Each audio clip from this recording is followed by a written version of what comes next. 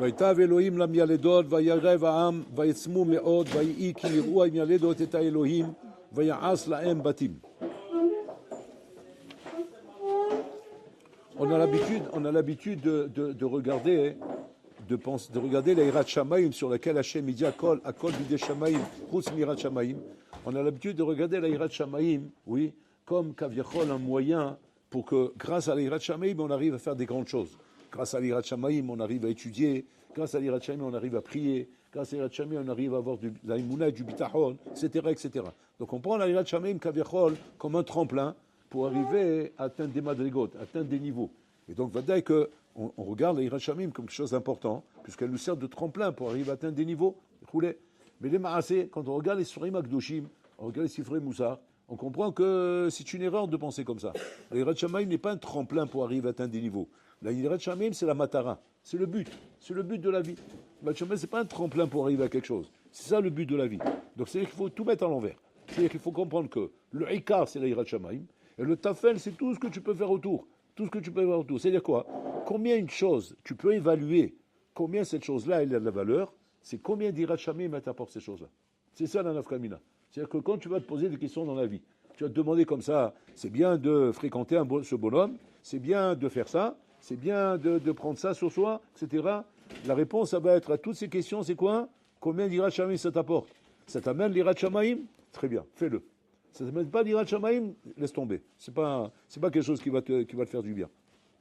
On voit que l'Hirat Shamaim Kaviachol représente la matala, et c'est pas pour rien que Hachem dit Kol bidei Shamaim, Chutz mirat Shamaim. C'est-à-dire que la seule chose qui est entre tes mains, et que toi, Inachinami, tu devras, avec ça, arriver, Inachinami, comment dire, à construire ta personne et être Oved Hachem, c'est combien tu as de l'Hirat Shamaim. Donc c'est-à-dire que quand tu es en train de respecter le Shulchan Arour, respecter la halachot qui sont marquées dans le Shulchan Arour, tu es en train de faire attention à ta tefila, faire attention à ton limoud, à tout ce que tu fais, tout ça, c'est dans quel but? Hirat Shamaim. D'abord, Hirat Shamaim. C'est-à-dire quoi? Avoir la crainte d'Hachem, que Hachem m'a demandé de faire ces choses-là, et ces choses-là, je dois les respecter. Alors, regardez comment c'est marqué dans le texte. Vaïtav Elohim la mialedot. Hachem a récompensé les mialedot. Vayarev Am. Comment il les a récompensés? Il a augmenté le peuple. Vayatzmu meod, ils sont devenus très nombreux. Alors, il faut comprendre ça déjà. Parce qu'a priori, il ne faut pas oublier que les mialedot, qui étaient Shifra et Pura, elles étaient, commandées par Paro, que dès qu'elles voient un garçon sortir, il faut le tuer. Et faire croire que c'est une fausse couche, qu'il est mort. Donc elles avaient un ordre de Paro, de tuer tous les enfants garçons qui naissaient. Maintenant, c'est Paro qui donne des ordres ici, c'est un cosaque, c'est pas un rigolo. Donc là, et on parle de deux femmes, c'est pas des titans, c'est des femmes. Donc elles ont peur. Paro, il fait peur aux gens. Et quand il menace, il n'a pas de problème, lui, de jeter dans le Nil et de tuer les gens. Donc, vous voyez que quand maintenant on a ces deux femmes-là, qui sont, ordonnées par Paro, il faut avoir un sacré courage pour aller contre sa volonté. Donc maintenant, la prière qu'on ferait pour ces femmes, c'est quoi? Bon, alors là, fais un S, que la natalité diminue, qu'il n'y ait pas de naissance, que les femmes ne mettent pas d'enfants. Au moins, elles ne seront pas, confrontées à ce nisayon. Maintenant, est-ce que tu vas appeler ça une baracha? Que Bolan il dit, ah bon, Paro, il veut tuer les enfants, et vous avez l'ordre de les tuer, je vais vous faire un cadeau. C'est quoi le cadeau? Qu'ils vont augmenter, il y aura des naissances à plus terminer. Et ils vont accoucher encore. D'accord, tu m'augmentes le nisayon. Comment on va dire à Botaï que quand un bonhomme maintenant il prend sur lui de faire attention à faire Shmirat Enaim, Pitom, tous les nanas de la terre, il les voit. Elles sont toutes sorties. Alors qu'avant, qu'il était intéressé, il voulait regarder, il n'y avait pas. Qu'est-ce qu'il voyait? Rien que des chèvres. Des chèvres et des caniches. Voilà ce qu'il voyait. Il avait beau chercher, il ne trouvait pas. Ou alors des tonneaux. Mais il n'y a pas ce qu'il voulait. Alors il voulait. Maintenant, il ne veut plus. Ah, maintenant, c'est le bombardement. Ça sort dans tous les sens. Dans tous les côtés. Pourquoi Hachem, il fait comme ça? Bonhomme, il veut travailler sur lui. Adam Roussel Avo dans la Smo. Il veut prendre sur lui quelque chose. Pourquoi à ce moment-là, tu le bombardes? C'est pas sympa quand même. Après, quand un bonhomme, il montre la bonne volonté. Il veut vraiment avancer. Contraire, la Siyada Shmaya, ça serait quoi? De dire maintenant, je vais te protéger, mon fils, je vais faire en sorte que maintenant qu'on ne te dérange pas. Que personne ne te dérange. Il n'y aura pas de tentation, il y aura plus de filles qui traînent dans les rues au moment où tu sors. Et bon, alors là, il peut faire ça. Il peut tout faire. Il peut faire en sorte que le bonhomme, il a l'impression qu'il vit dans un désert. tellement que Boréa Olam peut lui faire des miracles. Nous, pourquoi Hachem ne fait pas comme ça? Pourquoi Hachem ne fait pas comme ça ici? Après, elles ont l'ordre de Paro de tuer les garçons. Pourquoi Boréa Olam tu fais pas en sorte que quoi? Qu'il y ait des filles. Voilà, plutôt que des filles. Ou bien il y a moins de natalité. Pourquoi Boréa Olam tu dis Pitom, Vayetav, en plus regardez comment c'est marqué, Vayetav Elokim la mialedot. Hachem, il s'est dit, elle mérite ces mialedot là. Elle mérite qu'on la fasse du bien. Elle mérite un cadeau. Quel cadeau? Vayarev Ha'am Vayesmu Meod. Le peuple s'est multiplié, les garçons, je ne comprends pas. Après on continue le pasouk. Vayi ki yir'u mialedot. Et comme les mialedot, elles avaient la crainte d'Hachem. Oui, mialedot ta'ita Elohim. Vaya'as lahem batim. Bon, alors là, il les récompense, il leur donne des maisons.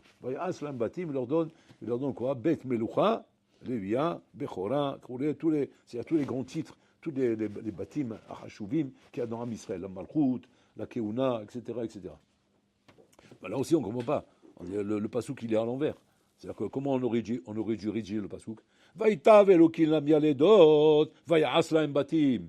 Voilà, c'est ça, Vaïtav Elokim lam yaledot, Vaya'as lahem batim. Pour les rendre méritantes de ce qu'elles ont fait, qu'elles ont écouté Hachem, il leur a fait des maisons. C'est pas marqué comme ça. C'est marqué quoi? Si je vous le fais en kitsour, Hachem, il les a rendus, il les a récompensés, il a augmenté l'épreuve. Ouais. Et il leur a donné des maisons. Et c'est même pas marqué qu'il les a récompensés de leur donner des maisons. Tiens, genre, c'est. À Gav, je leur ai donné des maisons. C'est-à-dire, je leur ai donné ça. Mais il ne dit pas ça sur Vaïtav. Sur Vaïtav, c'est quoi? J'augmente l'épreuve. C'est de la folie. Le bonhomme, maintenant, il a décidé, à partir de maintenant, le matin, je me lève. C'est fini. Matin, je me lève. Pito, maintenant, il lui vient, mâche le Satan, de vouloir dormir. Pito, maintenant. Maintenant, qu'est-ce que tu vas dire? Waouh, Hachem, il est dur avec moi. C'est pas vrai, c'est pas marqué comme ça. Tu sais c'est quoi de la Torah? Vaïtav Elokim. Hachem, il te fait du bien. Et c'est comme ça. C'est comme ça, ça, il faut se préparer à ça. Ouais. Un Bachour, il prend sur lui, à partir de maintenant, de travailler la Gdusha, de ne pas faire Zera Levatala, ça va bombarder grave maintenant. Maintenant, ça va être grave. Ça va taper dans tous les sens. Il n'est pas gentil, Hachem. Attends, bon, alors là, j'ai demandé ça à Kol, le cessez-le-feu. Ouais, cessez-le-feu, c'est-à-dire, on arrête de tirer. Maintenant, il a fait de l'infanterie. Je comprends pas. Bon, alors là, tu exagères. Pourquoi tu es comme ça? Sois sympa avec moi. Je veux arrêter la guerre. J'ai mis le drapeau blanc. C'est quoi? C'est la Davka que je sais. Quoi, le drapeau blanc, c'est une déclaration de guerre avec toi. Ça marche à l'envers. C'est quoi le malheur? Je comprends pas comment ça fonctionne, ces trucs-là. Hier, j'avais le feu. J'étais comme un fou. Je voulais me déchaîner. Il n'y avait rien. Même l'envie, j'avais pas. Maintenant, j'ai décidé d'arrêter. Maintenant, tout vient d'un coup. C'est quoi le pshat, Rabotai? Alors là, on nous donne un yesod assoum. Étant donné que la matara de toute la vie d'un homme, c'est d'acquérir l'irat shamaim. C'est ça la matara. L'iknot irat shamaim, Rabotai. Étant donné que la matara, c'est d'acquérir l'irat shamaim, plus tu auras d'occasion d'être confronté à cette épreuve d'irat shamaim. De montrer ta irat shamaim, de montrer à Hachem combien une achinami tu crains Hachem.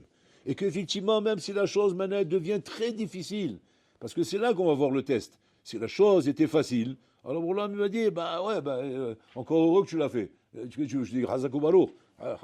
C'est un bébé, on fait ça. Un bébé, quand il mange, ça se mouline, oui. On dit, Hazakubaro, il a mangé le biberon. Parce que c'est Ahmar, c'est un bébé. Alors on est obligé de lui faire Hazakubaro.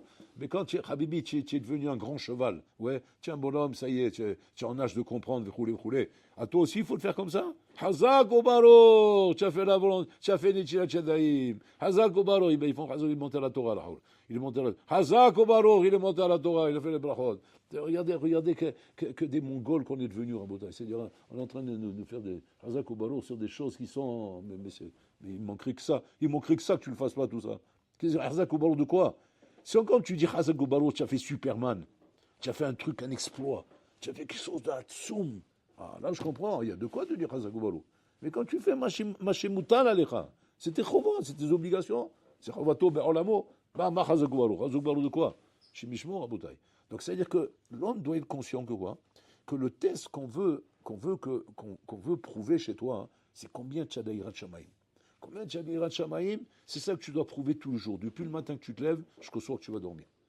Comment tu te comportes dans ton comportement journalier qui va montrer dans ton comportement que tu as Irat Shamaïm.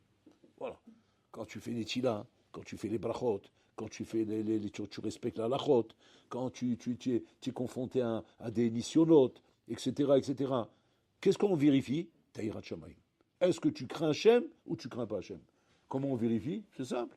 Tu respectes, c'est que tu as Yirat Shamayim. Tu respectes pas, c'est que tu n'as pas Yirat Shamayim. Maintenant, on ne va pas te laisser embrouiller par le Sarah de dire mais non, je ne respecte pas parce que c'est dur, c'est un Isayon, parce que j'ai envie de rouler. Tout ça, c'est du blabla, tout ça, à Botaï.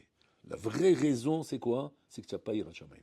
Parce que si tu avais Yirat Shamayim, tu savais qu'Hachem t'interdit de faire ça. Alors voilà, tu te plies à ça. Tu as beau dire, mais non, mais j'ai envie. C'est déjà envie, Asma. Bon, alors là, il ne veut pas que tu fasses ça. Tu ne le fais pas, c'est tout. Tu as Yirat Shamayim, et c'est ça le Inyan. Vaïtav Elohim la mialedot. Maintenant, on comprend bien le pasouk. Hachem, il fait une tova mialedot. Quelle est la tova qu'il leur fait? Qu'il leur donne la possibilité maintenant effectivement de pouvoir prouver la Yirat Shamayim qu'ils ont. Parce que les mialedot Rabotai, ils n'ont pas peur de Paro, elles ont peur d'Hachem.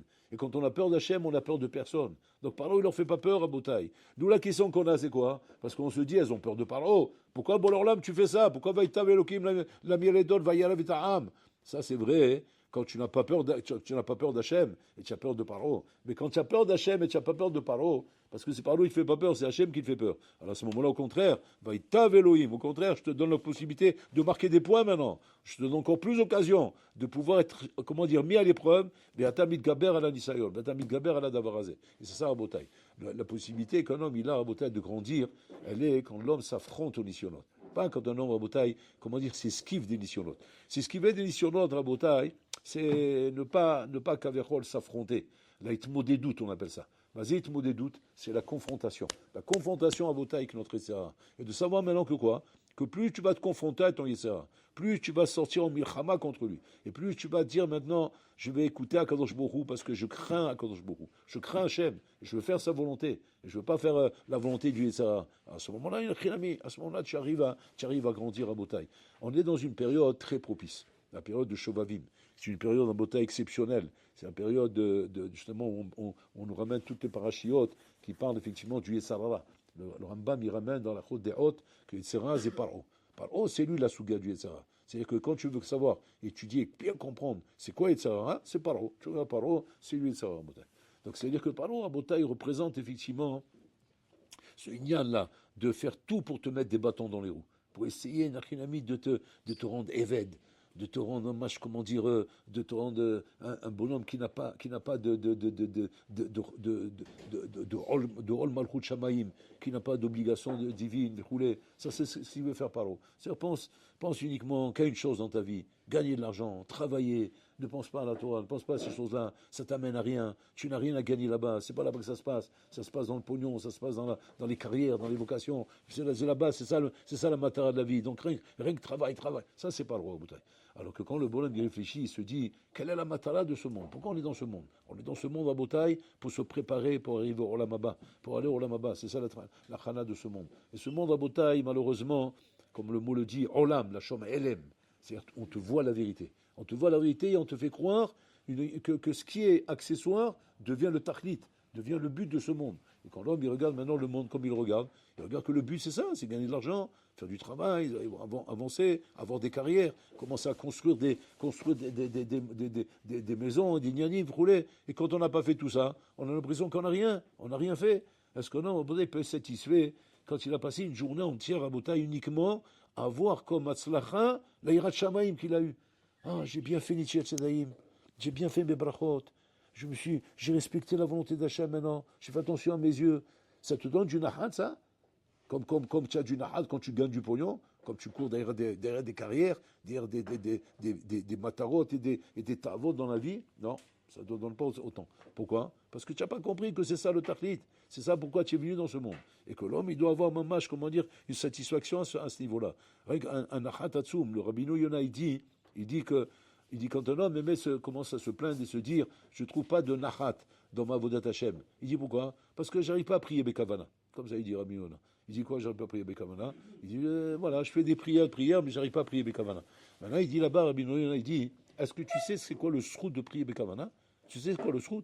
Il dit si même un homme n'arrive à prier qu'une prière dans sa vie, Bekavana, c'était chavé de venir dans ce monde que pour ça, Rabotai.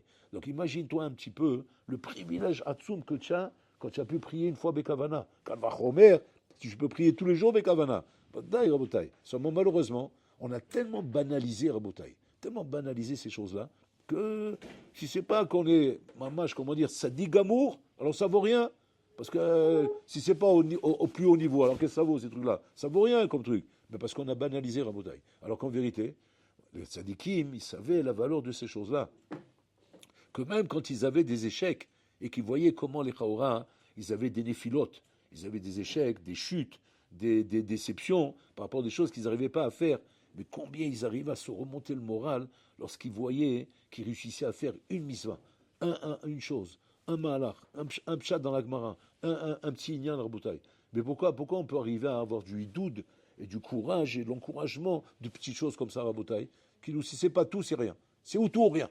Si je ne suis pas arrivé au top niveau, au sommet des montagnes, j'ai rien du tout. Pourquoi Rabotai? Parce qu'on a banalisé malheureusement. Et quand on banalise automatiquement, alors on n'arrive pas à Rabotai à la slacha dans le Rouchani. Le Rouchani Rabotai, il faut d'abord que tu comprennes que les valeurs sont par rapport à des petites aslachot, des petits résultats qu'on appelle des maasim ktanim, où le bonhomme fait des petits maasim, et ces maasim, il voit des résultats. Il voit comment il arrive à avancer avec ça. Et quand il arrive à apprécier ces petites avodot, alors Boloram va y taver Elohim. À ce moment-là, Hachem lui donne la possibilité d'arriver à faire des grandes choses. Mais tu ne peux pas arriver tout de suite à des grandes choses tant que tu n'as pas commencé à apprécier les petits efforts et les petites réussites. Et c'est ça la baya. Et le Sarah, il est très fort. Quand il vient avec tes petites réussites, qu'est-ce qu'il te dit? Mais c'est banal tout ça. C'est pas avec ça qu'on va grandir. C'est pas avec ça qu'on va devenir un gadol. C'est pas comme ça qu'on peut réussir. Et le bonhomme, qu'est-ce qui se passe? Il se décourage à Rabotai. Il se décourage et même là, il n'y a pas Vaïtav Elohim. Pourquoi? Parce que le bonhomme, il est découragé.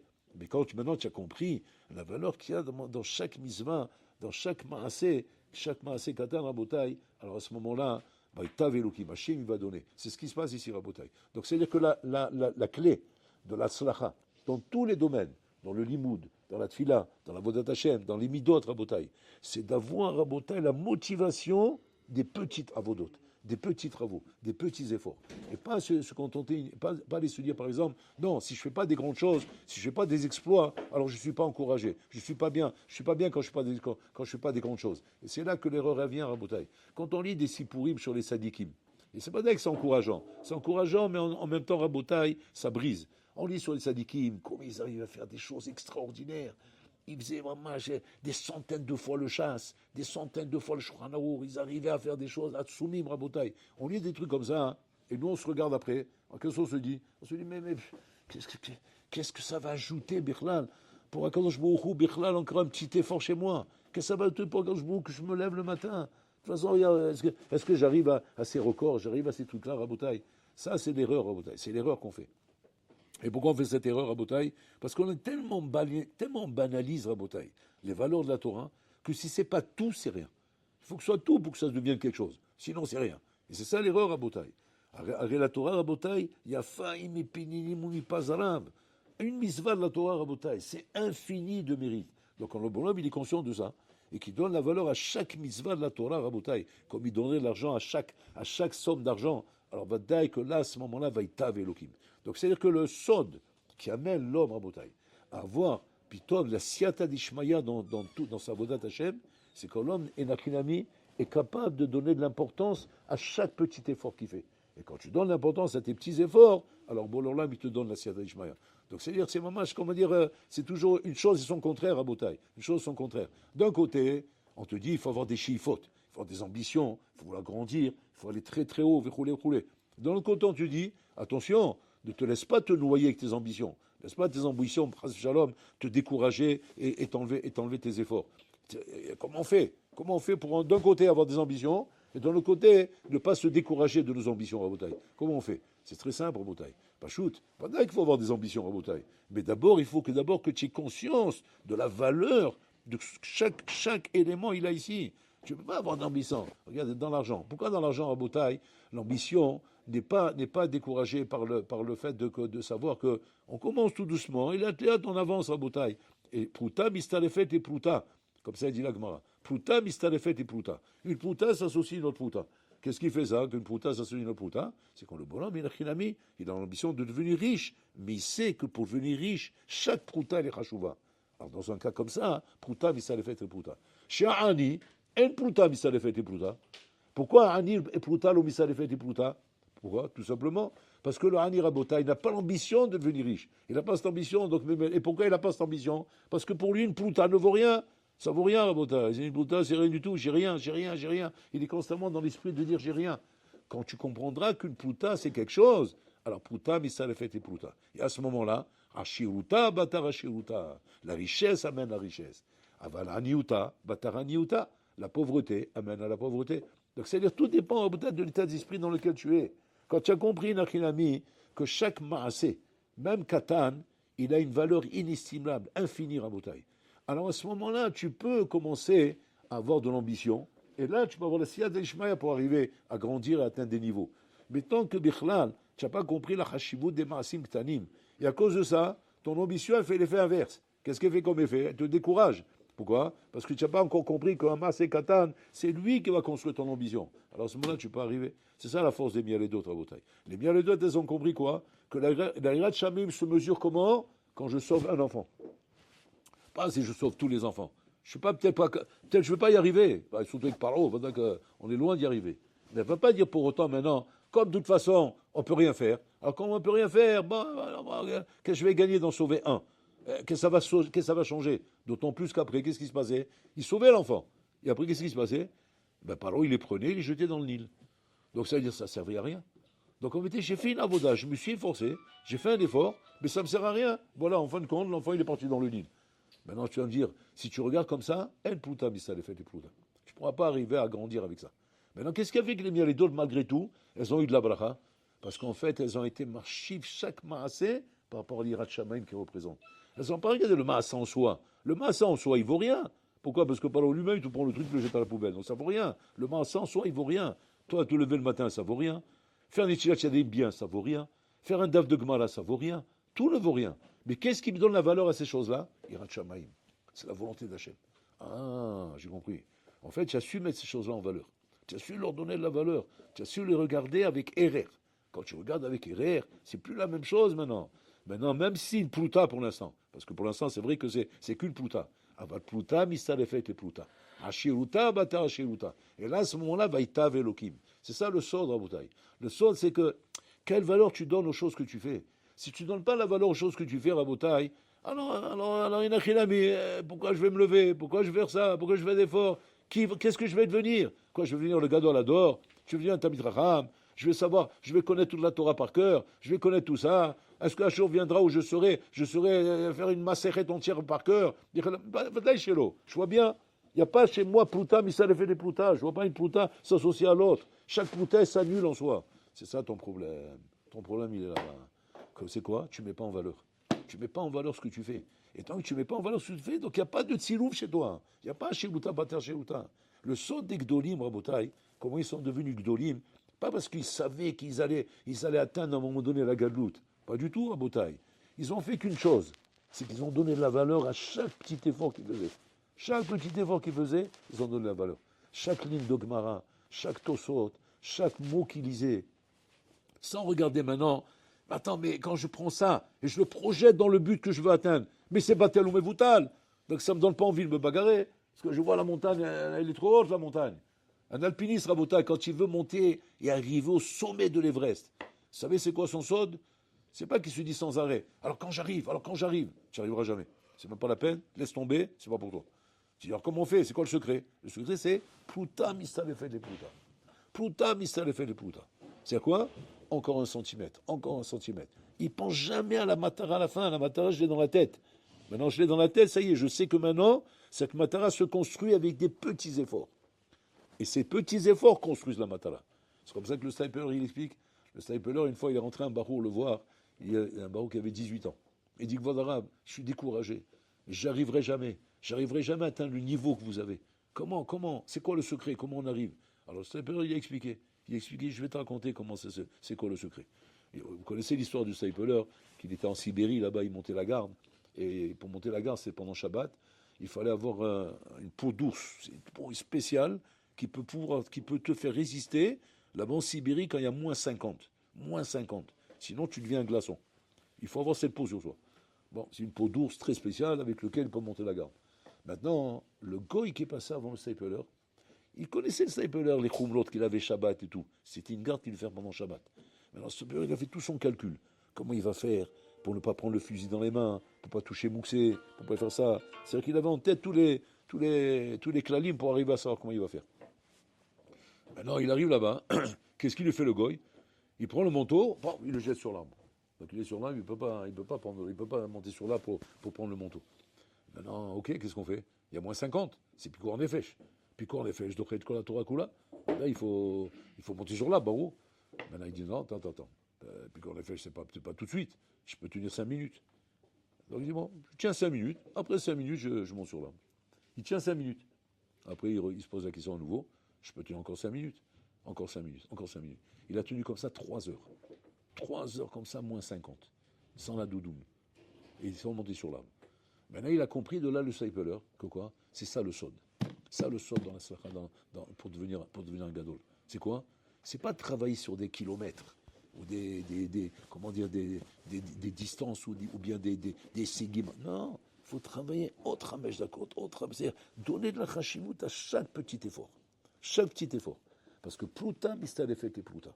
Et à ce moment-là, Ashiruta, Bateshouta, Vaitav Elokim. C'est-à-dire que le sod pour arriver en haut de la montagne, c'est ne pas penser à la montagne. La montagne, ça y est, on a compris. C'est le but, c'est ça le hir. Le hir, c'est ça que je veux atteindre. Donc je veux monter la montagne. C'est pour ça que je suis là.